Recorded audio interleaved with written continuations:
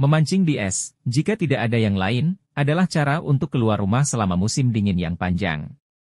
Pada tahun 1962, fotografer Robert W. melakukan perjalanan ke kota kecil Glenwood di Minnesota yang terletak di tepi Danau Minnewaska, sekitar setengah jalan antara Fargo, ND, dan Minneapolis untuk memotret orang-orang yang melakukan hobi klasik di utara. Pemancing es menjatuhkan tali pancing mereka melalui lubang yang dibuat atau dibor melalui danau yang membeku. Mereka bisa duduk di luar dan menunggu makanan, atau mereka bisa berjongkok di dalam gubuk es yang relatif nyaman yang mereka bawa ke danau.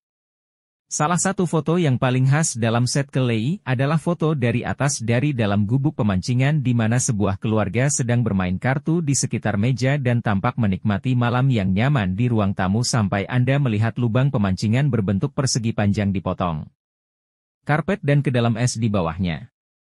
Mungkin bidikan Kelly yang paling inventif tampaknya adalah tembakan yang menembus es saat seekor ikan ditangkap dengan tombak, dengan para nelayan yang gembira terlihat di latar belakang.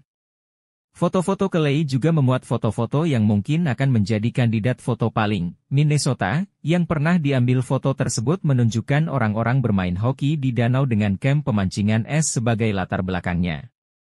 Gambarannya akan menjadi lebih Minnesotan jika salah satu pemainnya ternyata adalah Bob Dylan muda, yang tidak sepenuhnya tidak masuk akal. Penduduk asli Hibbing dikatakan pernah memancing dan bermain hoki di masa mudanya. Permainan hoki es di perkemahan pemancingan adalah pengalih perhatian dari gangguan. Cukup adil. Untuk melewati musim dingin yang panjang Anda memerlukan semua bantuan yang bisa Anda dapatkan.